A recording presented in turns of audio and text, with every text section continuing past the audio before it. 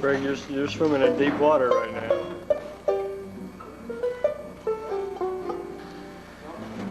know, if it's over your head, it doesn't matter. Really, I guess.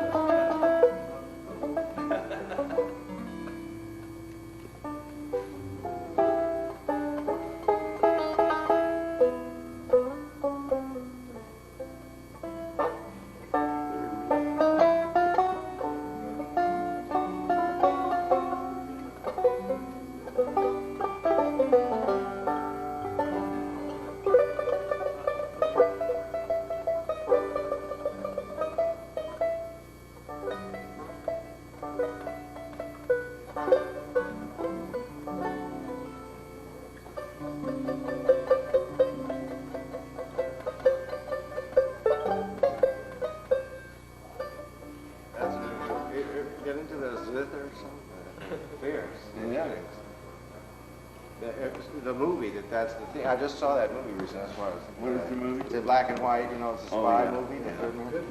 Yeah, wonderful movie. And there's all the titles have these. The Third Man. And there's Coming in and out through the whole movie, the thing drips in. and he's got the fiercest tremolo you've heard ever. You know, I mean, just I mean, and it's all with finger pressure on those the fretted part of the thing. It's really.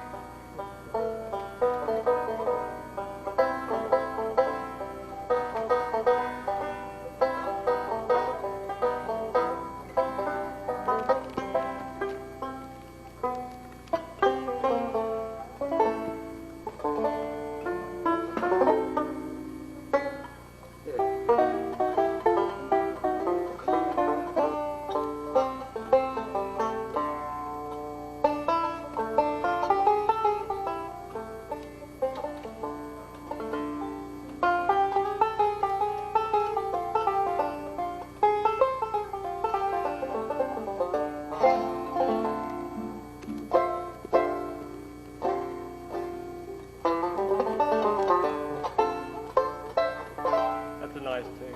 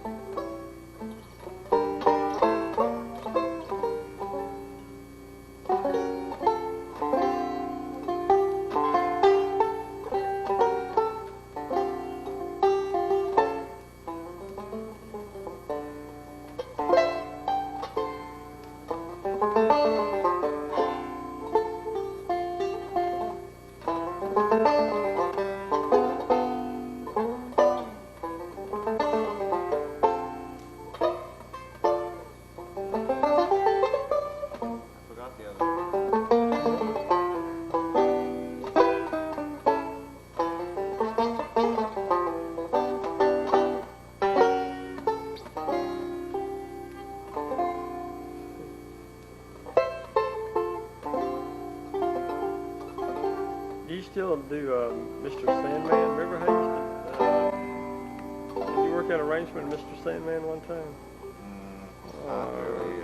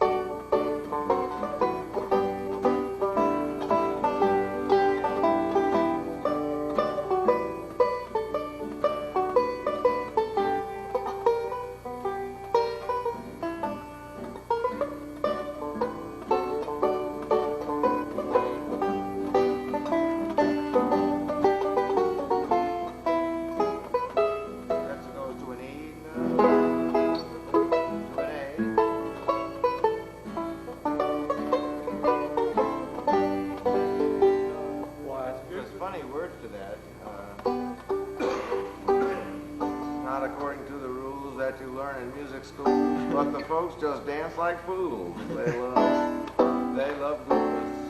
Oh, I remember that. I remember that. Little Harris. Yeah. I was born on a farm out in Iowa. A little, whatever, I can't remember the words.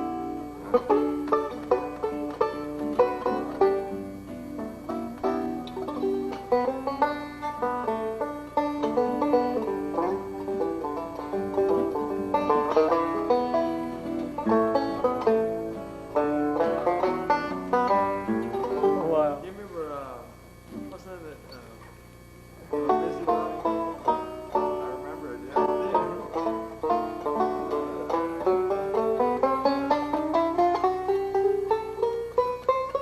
About beating around the bush. Did you ever learn the chorus? I Beating around hardly the remember bush? that, actually. I used to play that in A, but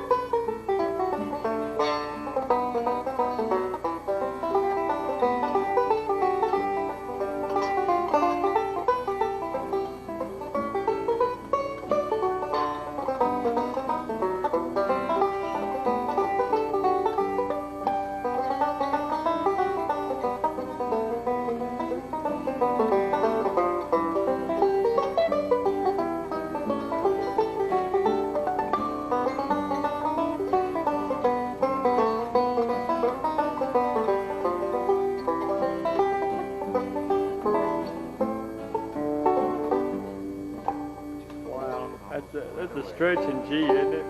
yeah, a little bit, yeah. Yeah. There's a few of those.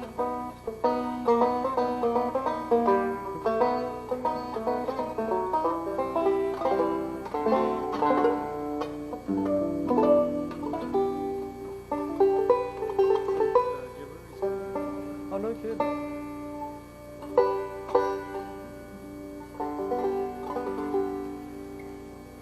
When you play Nola, do you tune down to C at one point on one of the parts? Sounds like Sometimes I do that. I was trying to transcribe it, and I thought I heard it when it came up to C. It really fooled me and threw me for a loop. I go, wow.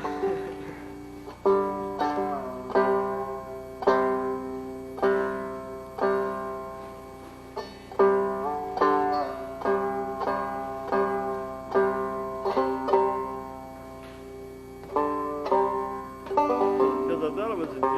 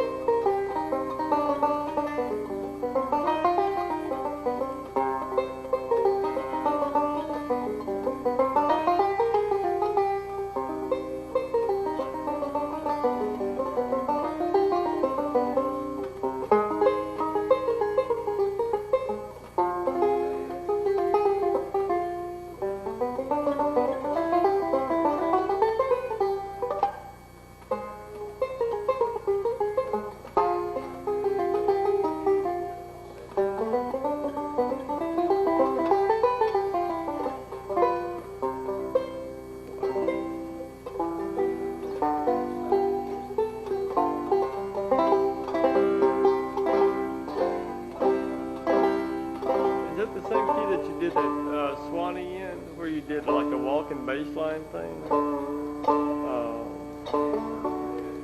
that's D. Or is that,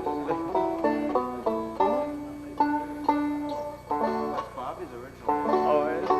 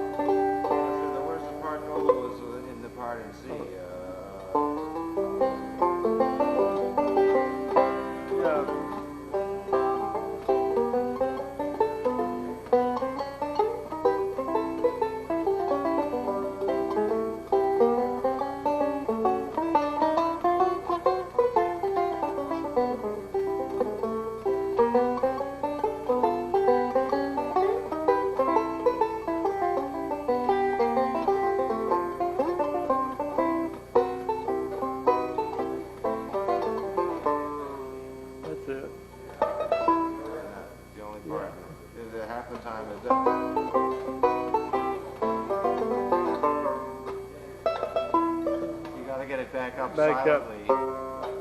So without it, And then get back up here on time, too. That's quick.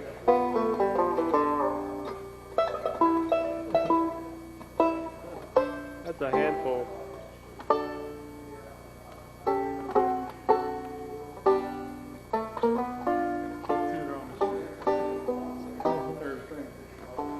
Did you ever work out that kitten on the keys thing yet? No. Very nice.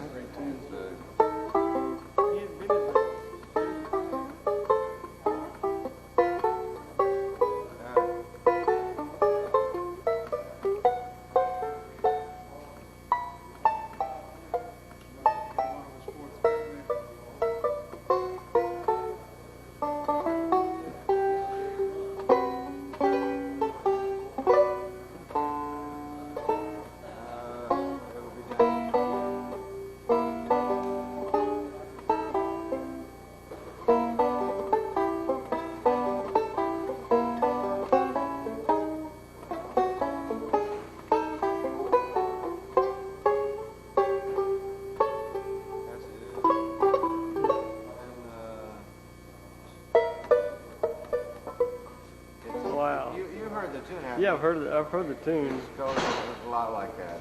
It's got a, But you just about got it all the way through there. I've got the music if you'd like me to make it. I've got it too. I tried to learn it on piano once. Oh, did you really? I can do the first few licks on piano. I mean, it's an F.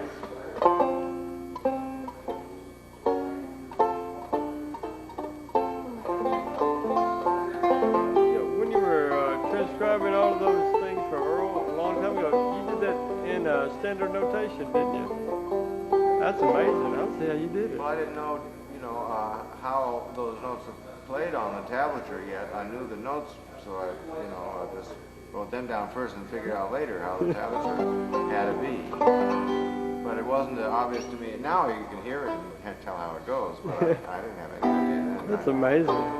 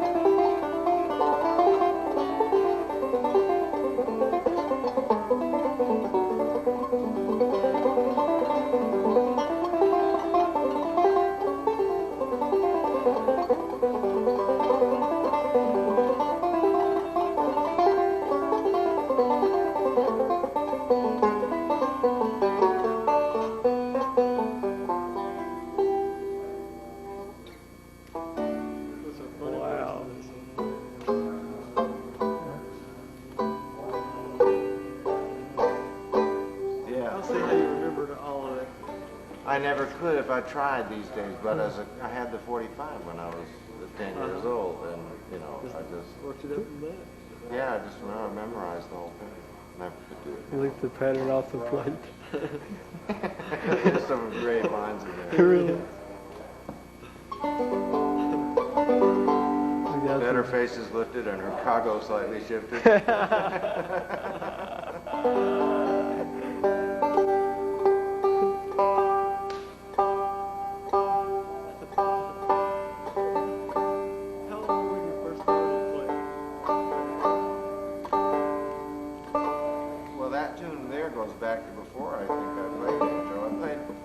I took piano lessons for 4 years.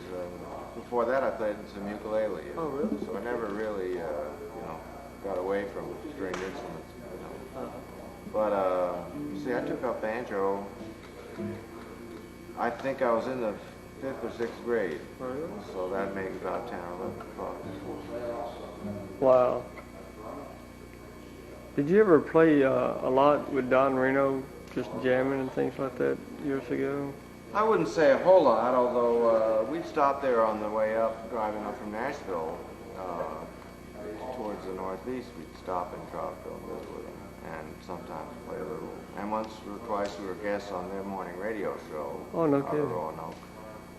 And then once I sat in for Don when he couldn't come to a gig at Sunset Park. No kidding. I had to play Follow the Leader and all those things. No kidding. Wow. So yeah, that was fun. There was an accident. I think it involved a poker game, and Don couldn't come. No, I mean there was a violent poker game. Oh, really? Somebody got injured or worse, and he couldn't come. He did. Well, he wasn't. He was in the game or something. He was a witness or something to it. Oh, wow. He was okay, but somebody wasn't. Yeah. You know, did you ever hear that recording he did of Lady of Spain, John Palmer doing all the bass things on there? I'm not sure I have. Have you not? I'll send you a recording of that. I have it on 45. Some of it is, and then some of it he does real Spanish style chords on the bridge part. It's a real neat arrangement that he did. But I'll send you a copy though, if you like. He enjoys guitar picking a lot. Oh yeah. Wonderful guitarist. Yes, yeah, he was. He was one of the first flat pickers, or well, that type of. He used all rest stroke though. He wasn't fast. He didn't do any up picking at all. But he was so solid. Great sounding guitar. Yeah, it sure was.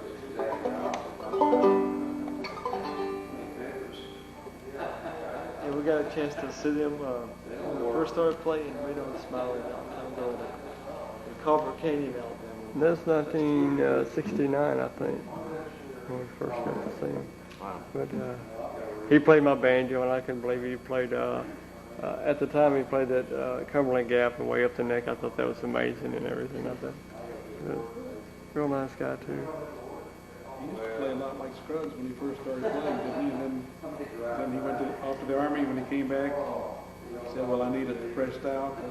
I had heard that too. You know, I mean, Scruggs made the style known, and then when Don came back, if he played like that, it would seem to be copying, and he wanted to play his own thing, and it meant changing away from what he kind of had been doing, and I really believe that.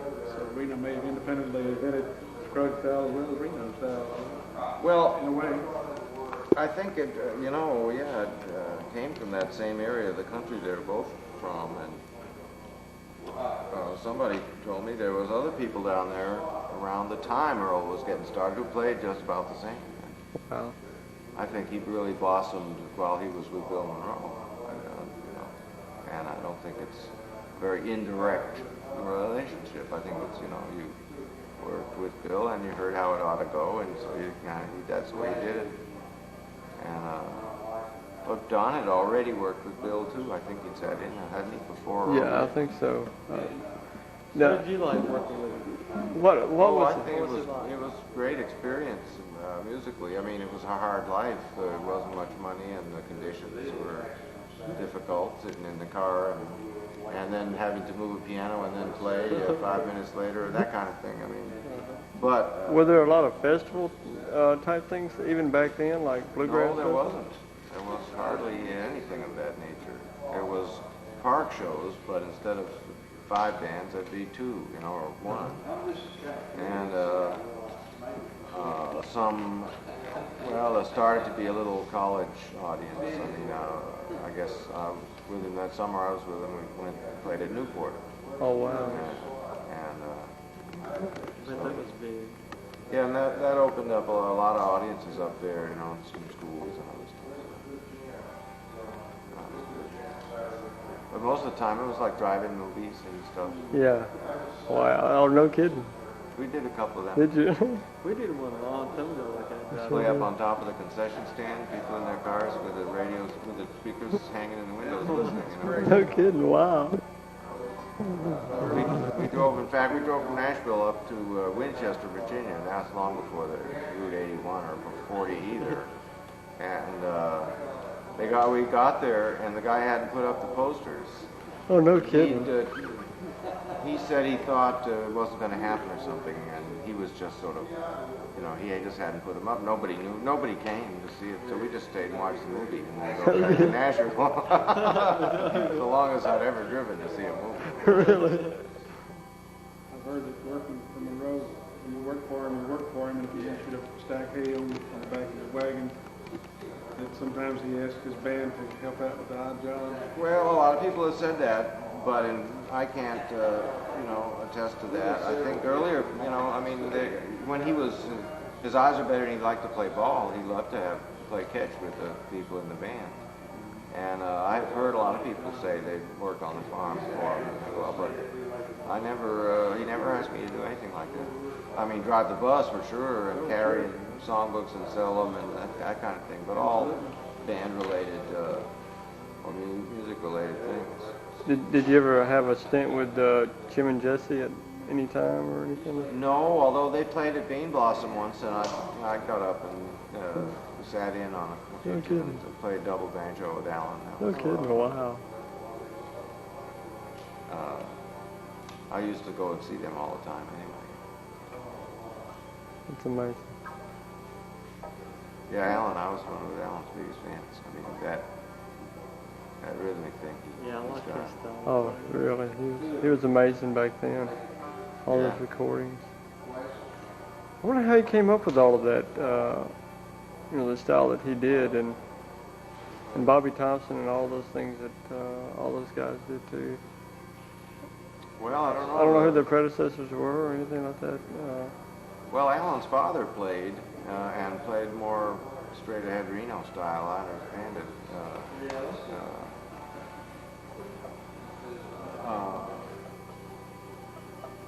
And I don't know. Bobby will be here on, you know, the day after tomorrow. He won't be here tomorrow, but he'll be back. And maybe, you know, you could ask him. I mean, it's funny. I think we influenced each other in a strange way.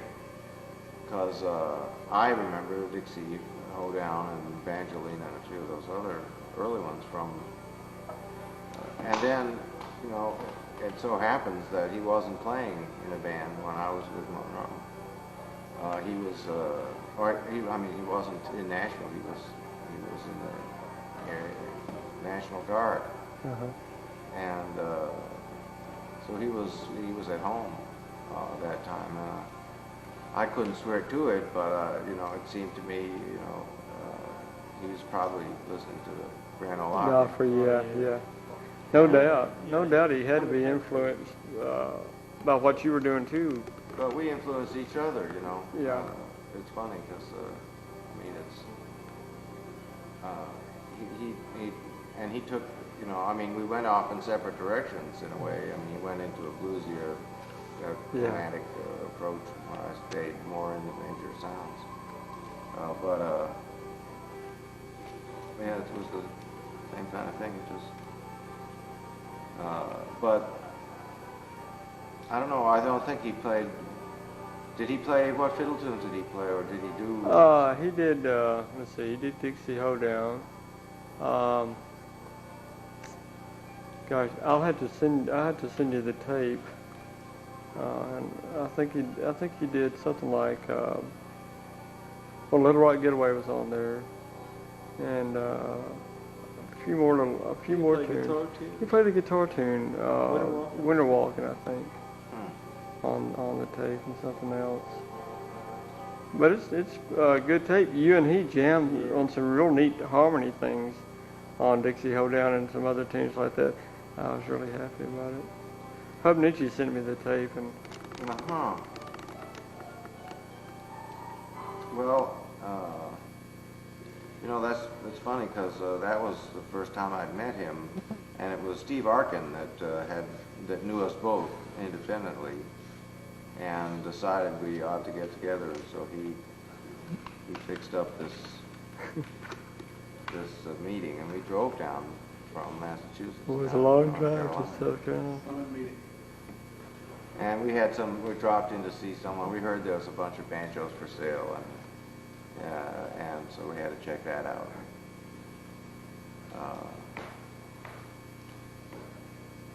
We had a real good time, long drive though. Was he just waiting on the porch when you came up? Well, he was at home. It Was took he? us a while to find the place, and then he came in and stayed the evening, and got late, so we left, and that was about it. Well, your playing sure was smooth. Oh yeah, really smooth.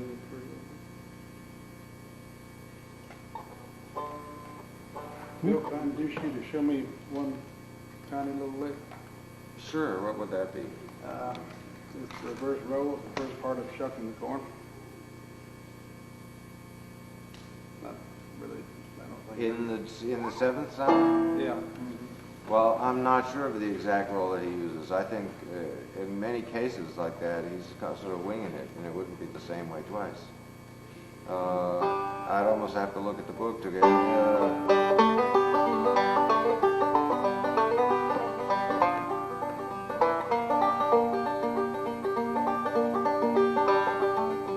something like that, but I can't swear to it. I never can figure out exactly how long it is. Something it's something like in Home Sweet Home, where he goes backward and then forward and backward once in there. But I really can't remember just exactly what he... But it's not all backward, it's backward then forward for an instant maybe. Yeah, but there's 3 or 4 recordings of that, and it's a little different everywhere. That's the beauty of it. Yeah, in a way it is. Do you mind playing that Lady of Spain that you were playing just a little bit earlier? That's Alan's kind of arrangement. Is it? It's a neat tune.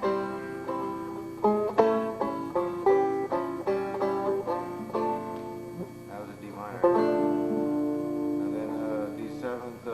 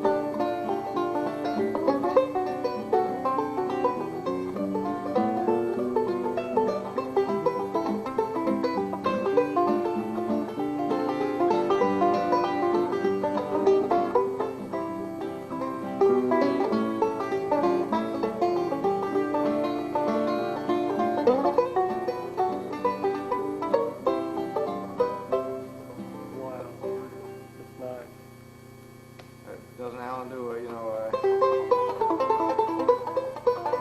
Yes. That's all Wow. backward roll, just like me. The only way I can get triplets like that is keep the roll going the same way all the time. I mean, whether it's forward or back, You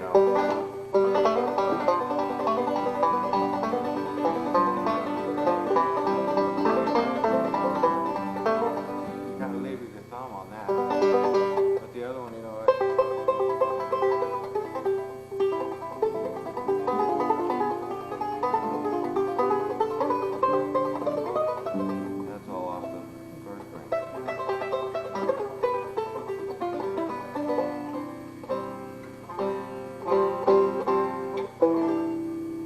Smoky Mountain Special, the first 2 or 3 notes. There's something weird about that too. It seems like you have to lead with the wrong finger or unusual finger. What's the fingering on it, Bill? The Smoky Mountain Special, just the first couple of bars.